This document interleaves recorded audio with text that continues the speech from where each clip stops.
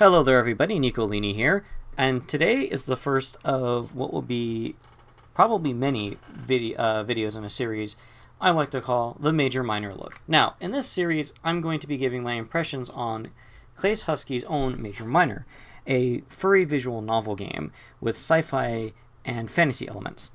This has been something that's kind of gotten some traction in the fandom. A lot of people play the game saying that it's really bad, it's really trash, it's really garbage. I myself will admit, when I first played the game, I was very hostile towards it, and I don't think some of the ways I voiced that were exactly professional.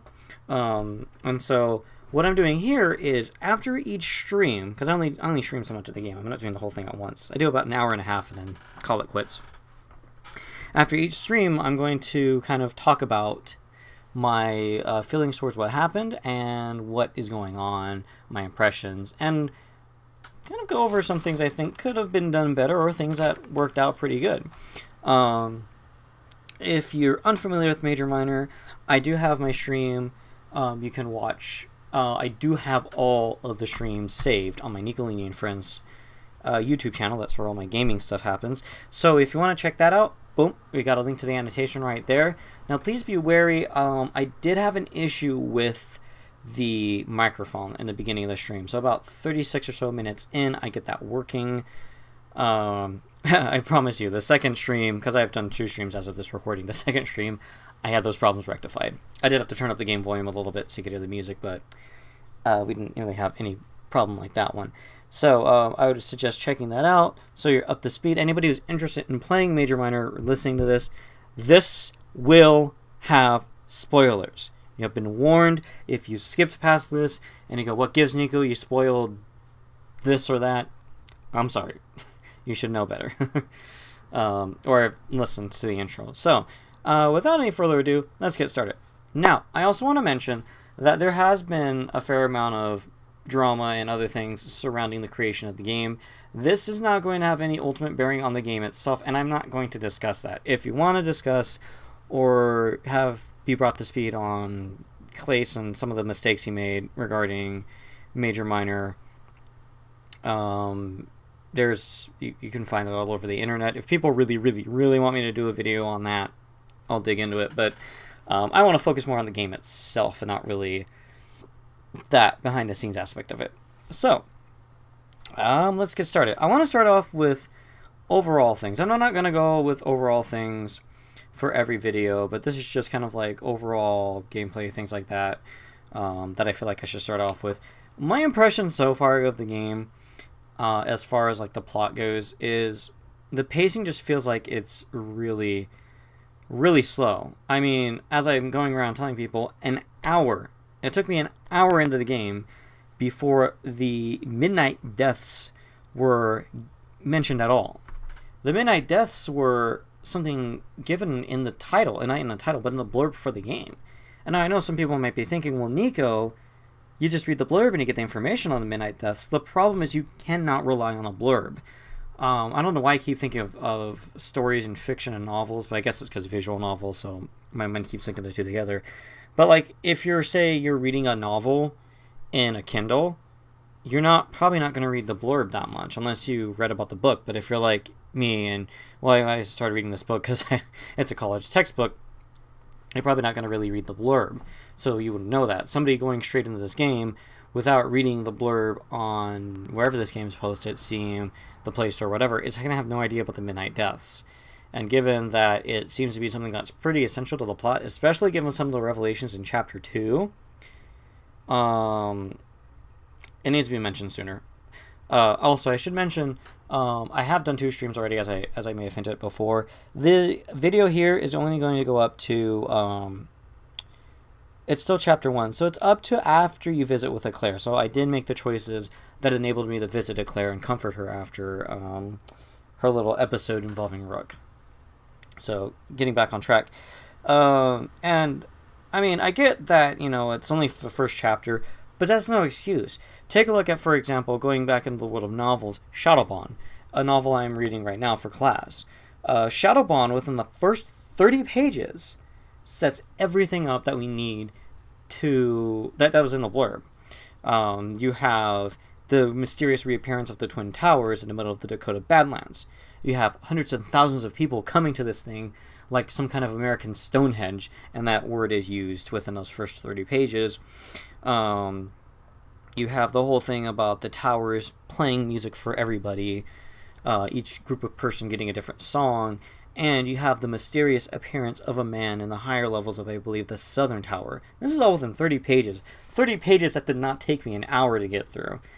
So that's just something that really needs to be addressed. I know Major Minor, as it is now, is done for Klace, but food for thought regarding future projects. I guess that's how you can just take this video if you are watching this. Food for thought with future videos. To use some other examples, my own short story, Chasing Rabbits. Within the first paragraph, you have tension and plot set up there. Chasing Rabbits has my characters Niko and Tamagi done as humans, living in Long Beach, participating in my own fictionalized version of the furry fandom. Within that first paragraph, we're told Tamagi doesn't like clubs. He doesn't like interacting. He feels he's socially awkward, and his friend Niko was only able to get him to go along because it was a furry event. So right then and there, we kind of have some kind of conflict going on. Niko's taking his friend, and his friend doesn't want to go. He's a little nervous, shy, whatever.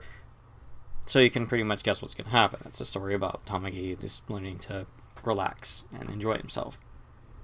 Another example, Undertale. The first few minutes, you have the whole thing talking about Mount Ebot, how nobody returns, and how the player character falls through it, and that's enough kind of thing to get you going. You're stuck down here, and you got to try to find a way out, and you deal with monsters that'll hurt you like Flowey, but monsters that'll also help you like Toriel. You have, again, instant conflict, basically. You already have conflict. You have a problem. Character needs to get out of where he's fallen into. Bioshock, the first Bioshock, within minutes, you're given a lot of things. Your plane crashed. You find your way into this mysterious lighthouse. You take a trip in the bathysphere down into Rapture. You have Andrew Ryan's slideshow that sets him up as if he's the amazing person.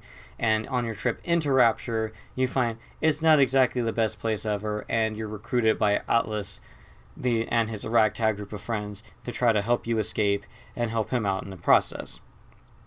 Again, all before an hour into the game happens. And even to use your own story as an example. I'm not saying you have to have Rook or whoever talk about the Midnight Deaths in length in the beginning, but, in the beginning train, they're going to Japan. You could have them think, wow, okay, I'm excited. This is Japan. I'm going to be part of Klace's big pop tour. Oh, but there's these rumors I've been hearing about the Midnight Deaths. And if they've been happening with the frequency that they have been, it would make sense that there's some kind of international news, unless the Japanese government is keeping this under control, keeping it silent. But even then, we can assume that this is a social media linked world, especially since the narrator makes a jab at people who text too much once they get off the train. So, you could think that that would be something that they would know about ahead of time. Because then you set up tension. Wow, this is going to be fun. We're going on a trip with Klace, but there's these deaths, these mysterious deaths. People think they're suicide. People think they're murderers. They all happen at midnight. What the heck? That gets people going. Another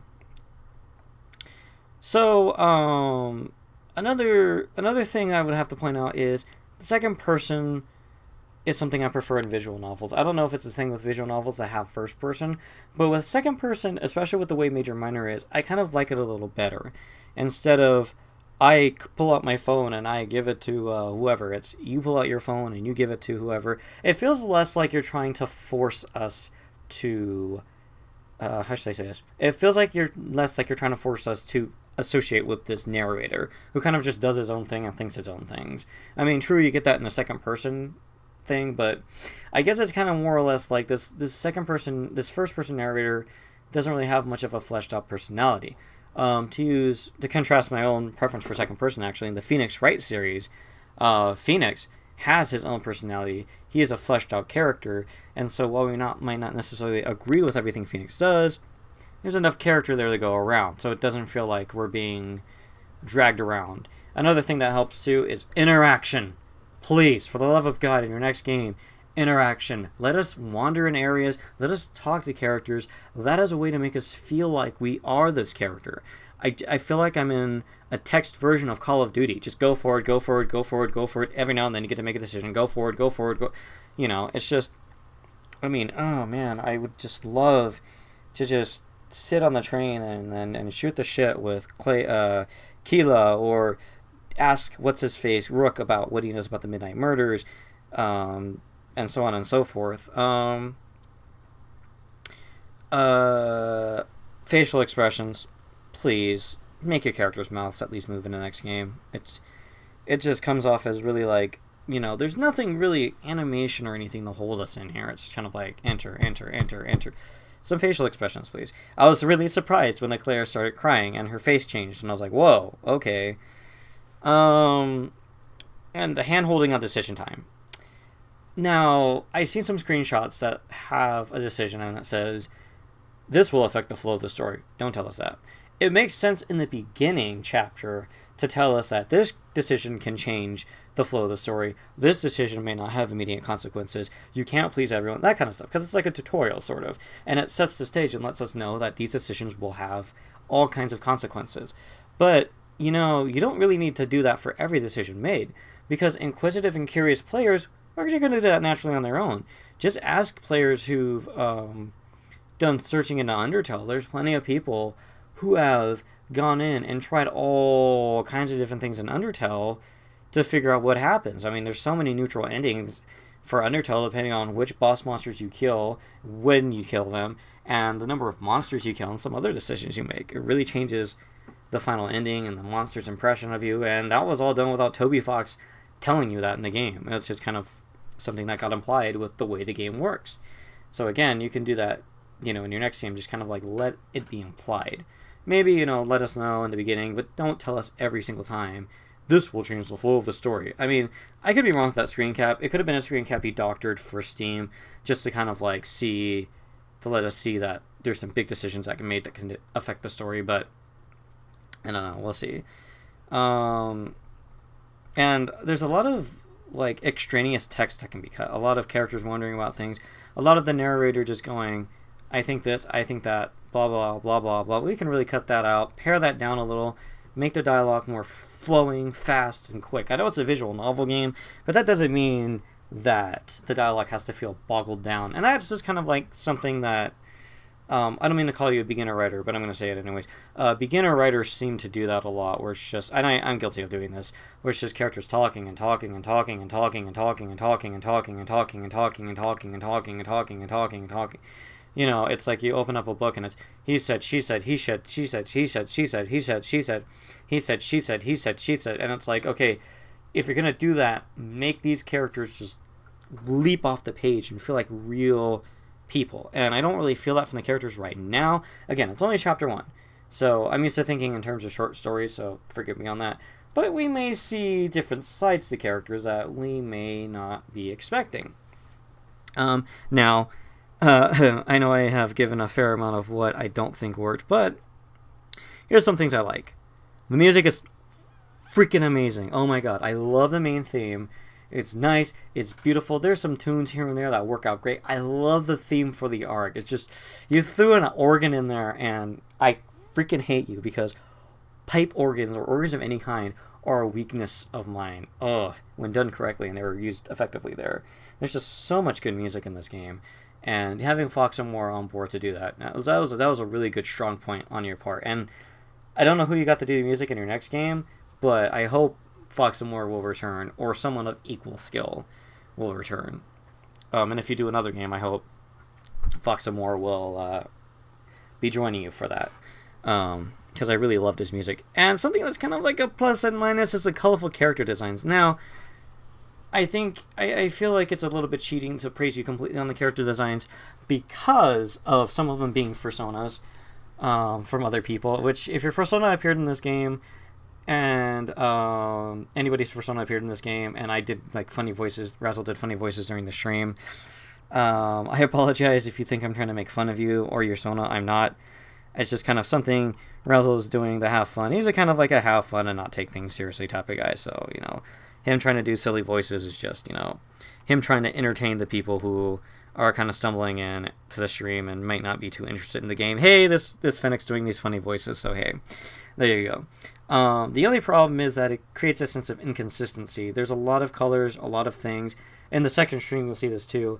A lot of, whoa! There's a lot of times where Razzle just like, whoa! All of a sudden there's color all over the screen with these characters that kind of throws them off balance. And it creates a kind of inconsistent look. I mean, I know I use a lot of colored characters in my stories. I mean, the trio of Niko, Tamagi, and Razzle as normal anthros, Purple Rabbit, Blue Rabbit, Green Fennec. But that's where the buck stops. Purple Rabbit, Blue Rabbit, Green Fennec. It's not Purple Rabbit with these tattoos all over him or whatever.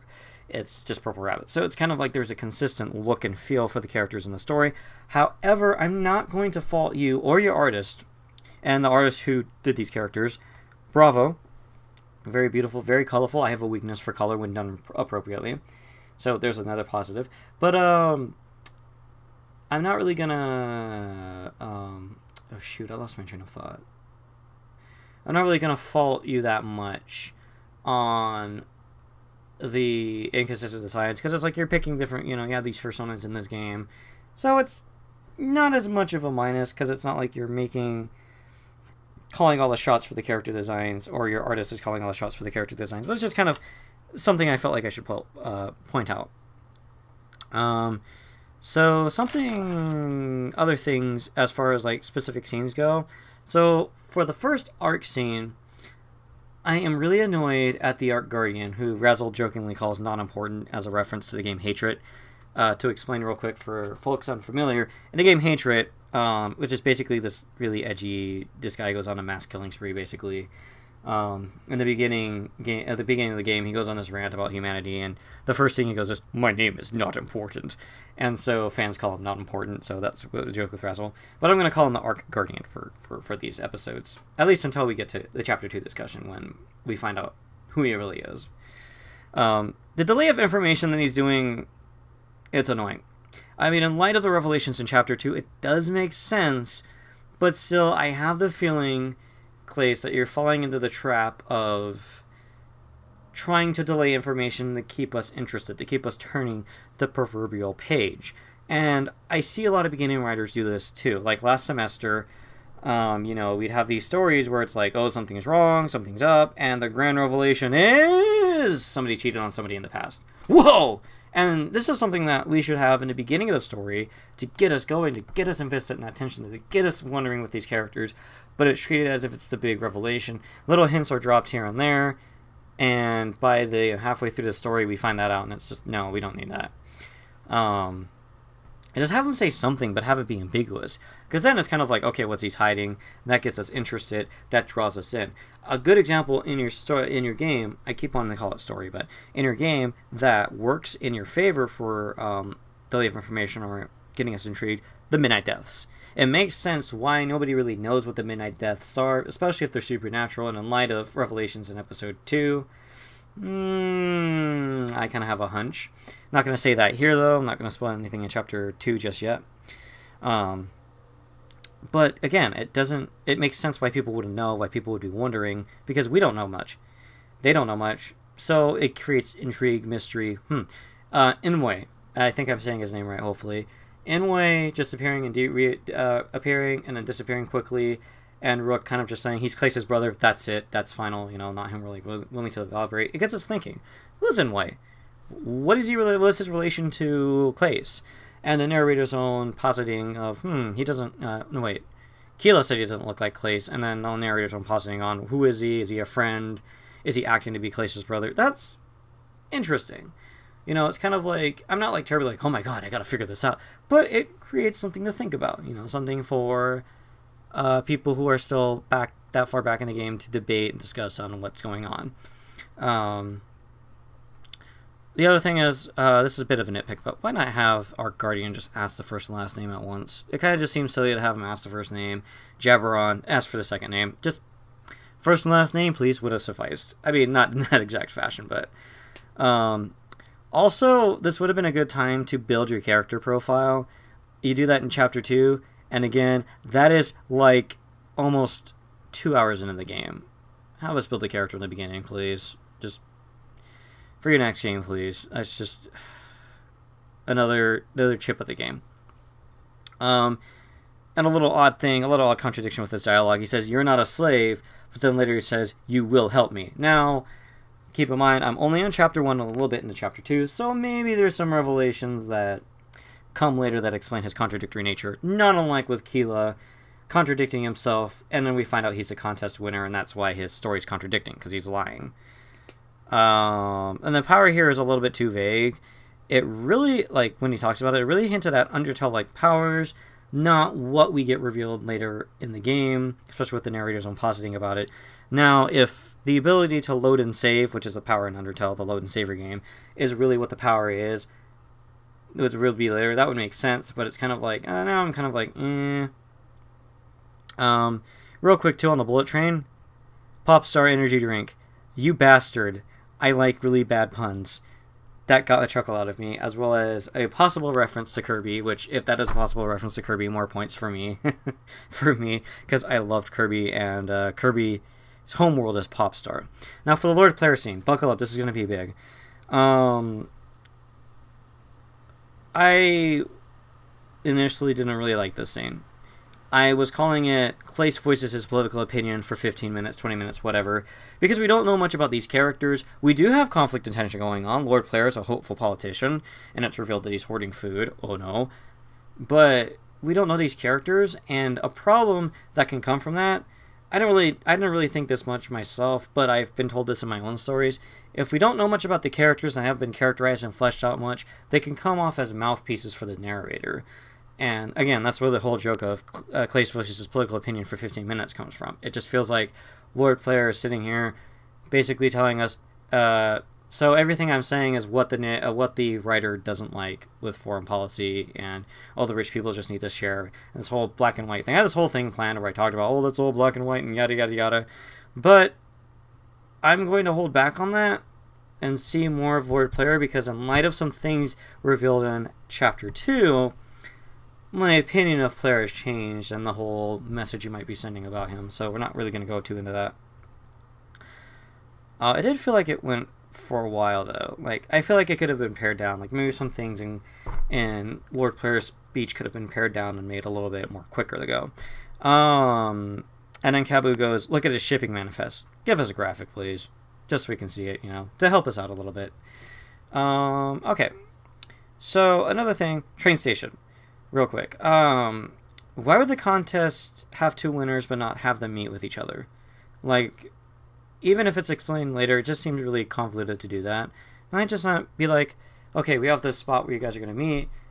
You're the 2 contest winners, shake hands, become butt buddies, have fun, go enjoy Japan. Rather than just the way it was.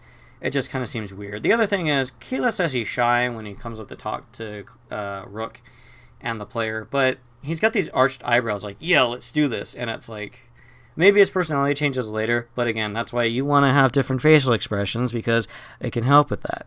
So, I'm sorry to keep harping on that, but it really just kind of just seems to contradict his character.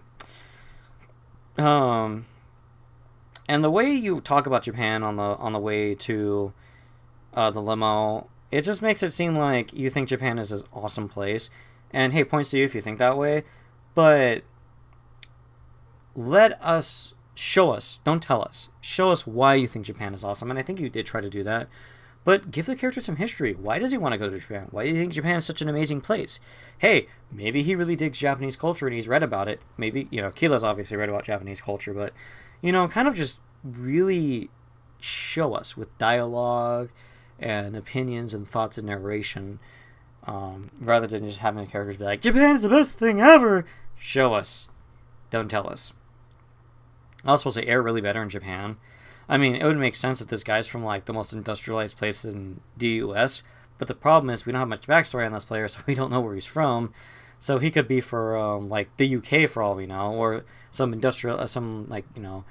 first world nation that has really clean air. Maybe he's from like Big Bear. He could be from Big Bear, which has really clean, really nice air. So it just comes off as you making Japan like this holy mecca of the world in a way. Although, and then having shoot, what's her face? What's her name? Jade. Not as a limo driver, just seems odd, mainly because of wings. It's like, how would she like peek backwards? Just kind of like little world building things, and I can do a video on that later. We're already kind of running the clock very, very, very much longer than I want it to. And the comment about Keela can lie when talking about Jade's sense of humor. The narrator really hasn't had much experience in the real world, has he? I mean, again, there could be some backstory. Maybe he's an introvert. This is his first adventure out and about, so that would explain why he wouldn't know much about people, because that just kind of seems like, yeah, anybody can lie. I mean, either that or it seems silly to assume that Keela would be that innocent, when we haven't seen really anything about his character to suggest that. Although what I do like is your freaking Willy Wonka reference. That made me laugh. Razzle didn't over-exaggerated laugh during the stream, but I got a kick out of that. When Keela says, "We're not here to visit a chocolatier." That's the kind of stupid reference I like, so more bonus points for you on that.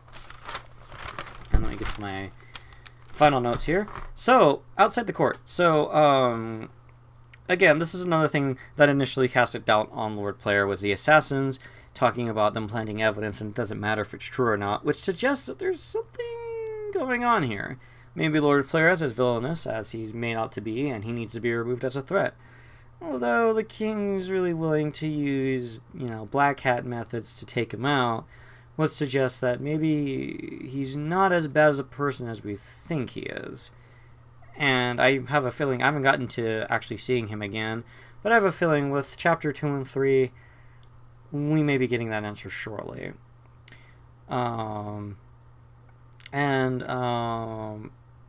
Nothing really much for the limo, aside from the midnight murders finally getting brought up, and then the whole thing I already mentioned with Imwe. But with Cafe Chat, the one thing that bugged me was, why would Eclair bring up Rook if it disturbed her? It made her so sad, it didn't make any sense to bring it up. And when she breaks out and cries and the player goes to check on her, because I made the decision to go check on her and try to help her out, it would have made sense if during her little thing she would have mentioned that, she thought she was ready to talk about Rook, and she wasn't ready for that, and it made her break down. That's what made her cry. Oh, and I was surprised. Changing emotions. Wow. And that was about as far as I got. I think I got to, just after that. There's a save point after you help Eclair kind of compose herself. That was about as far as I got for the first episode, and after this so far in the game, I probably would, as of right now, give the game a 4 or 5 out of 10. Probably a 5 if I want to be nice. Now, don't fret. I use a 10-point rating scale, like Angry Joe does, and Razzle uses a similar rating scale. So 5 is actually average. I like using this scale because it allows you more options. 5 average, 6 being, slightly better than average, 7 being above average, and so on. And so this isn't my final rating for the game. This is just as of now, because as I mentioned, I have played more of the game, and I'm trying to keep myself in the mentality of when I first played this area of the game. I really wish I could have talked more about dialogue and other things like that. This would have been a longer video if it did. I don't want to bore you or anybody else listening to this for too long. But I would say, though, it's a good thing that I'm doing these videos, because there's things here and there, major and minor things, if you will, that I think have potential. A lot of people say this story is complete trash, but I kind of see it as, it's your first game, and potentially your first really big story like this. So it's kind of just like, here's my pointers, here's what I think, and here's me saying, yeah, potential, and I think you could make this a little better than it is right now. Again, I'm only in the beginning, so the plot could get better. I was actually a little pleasantly surprised with some of the things in Chapter 2, especially considering some revelations we get involving a certain reality-hopping character. I think you know the one. I made a joke about him earlier. And some revelations about Velasquez. It's got me kind of turned surprised a little bit, so that's good. I see some things that are making me a little more interested. I'm sorry if I seem like I was rambling a little bit. I know for somebody who complained about pacing, I could have pared this down a little bit, but that's all I really have to say. as of right now for Major Minor. So I will be doing a review video of the second stream shortly, probably tomorrow, Wednesday. I would like to get one done before I do a stream. I'm planning on doing another stream either Tuesday, Wednesday, or Thursday. So yeah, but again, not bad. I don't think it's a dumpster fire that people have been saying it is. And, well, here's to hoping it gets better, Klace. You know, I mean, I know a lot of people have been saying you're a little egotistical as of late. I haven't really been watching you that long on Twitter, so I don't really know how you are, how you've been in person. But all I can say is, you know what, I kind of have to understand how you feel about the game right now. You know, you released your first game project, and it's taking off to big success. Who wouldn't be excited? Just try to keep yourself in check if you feel yourself getting out of hand. Don't let ego be too big of a thing. You know, there's a character in Soul Calibur named Yoshimitsu, and he says, overconfidence is the greatest enemy. You know, pride goeth before the fall. Whatever cliche things you want to say. Anyways, my name's Niko Linni. For those of you still with me, thank you for listening, and I'll see you all next time. Take care.